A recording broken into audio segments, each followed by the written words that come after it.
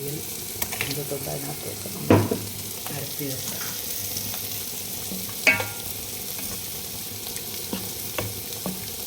ചീരയുടെ കളറാണത്.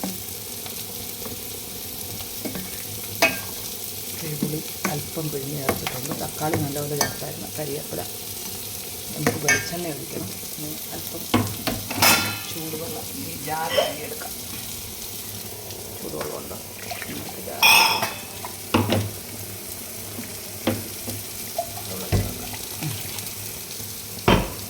അല്പം പരപ്പ് ചേർക്കാം. ഇത്തിരി ഉപ്പ് കുറവുണ്ട്.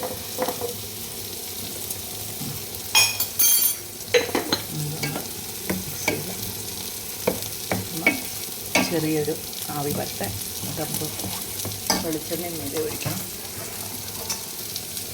നമ്മുടെ പാവയ്ക്കാനിട്ട് റെഡിയായിക്കൊണ്ടിരിക്കുകയാണ്. പുളിശ്ശേരി ഓൾറെഡി റെഡിയായിട്ടുണ്ട്. ഇതിനകത്തേക്ക് അല്പം കരിവേപ്പില ഇടാം.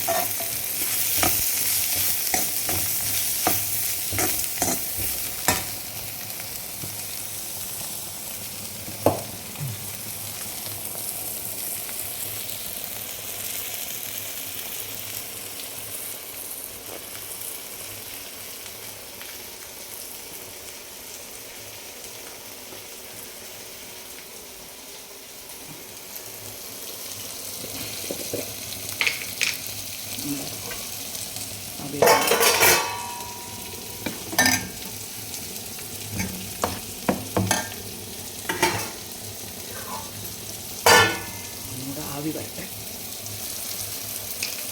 നമ്മുടെ പാവയ്ക്ക റെഡിയായിക്കൊണ്ടിരിക്കുകയാണ്.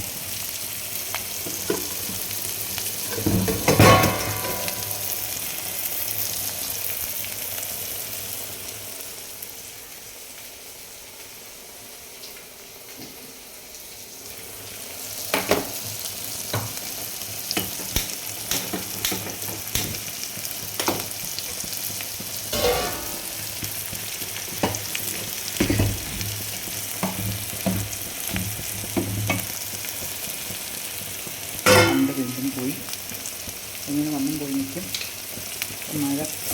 മഴയുടെ ഒരു ഇതുണ്ട്, അതിൻ്റെ കാറ്റുമുണ്ട്. അതുകൊണ്ടാണ് ഇവിടെ കറണ്ട് എപ്പോഴും പോകുന്നുണ്ട്. അപ്പോൾ അവയ്ക്ക് റെഡി ആയിക്കൊണ്ടിരിക്കുകയാണ്. നമ്മുടെ അവിയൽ ഇവിടെ റെഡി ആയിട്ടുണ്ട്. ഇതിനകത്തേക്ക് നമുക്ക് അല്പം വെളിച്ചെണ്ണ ഒഴിക്കാം. വെളിച്ചെണ്ണയ്ക്ക് വില കൂടിയെന്നും പറഞ്ഞ് നമുക്ക് വെളിച്ചെണ്ണ ഒഴിക്കാതിരിക്കാനൊന്നും നോക്കത്തില്ല. കാരണം നമ്മൾ കേരളീയർക്ക് വെളിച്ചെണ്ണയാണ് പ്രാധാന്യം. പിന്നെ കൊളസ്ട്രോൾ വരാതെ കൺട്രോൾ ചെയ്തിട്ട് കുറച്ച് ഉപയോഗിക്കുക. വെളിച്ചെണ്ണ നിശേഷം നമുക്ക് ഉപയോഗിക്കാതെ ഇരിക്കാൻ പറ്റത്തില്ല. വെളിച്ചെണ്ണയിലാണ് ഇവിടെ എല്ലാം ചെയ്യുന്നത്.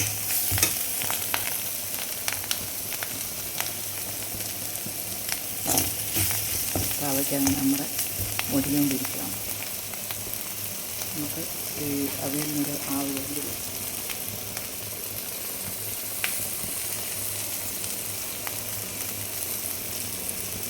നമ്മുടെ പപ്പടം കാച്ചാനുണ്ട്. ജോലികൾ കടക്കുകയാണ്. നമ്മുടെ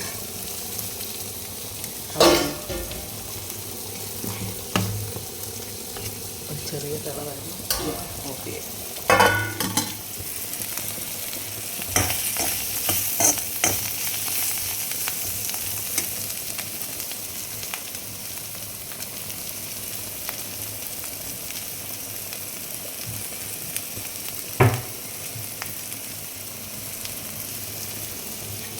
അങ്ങനെ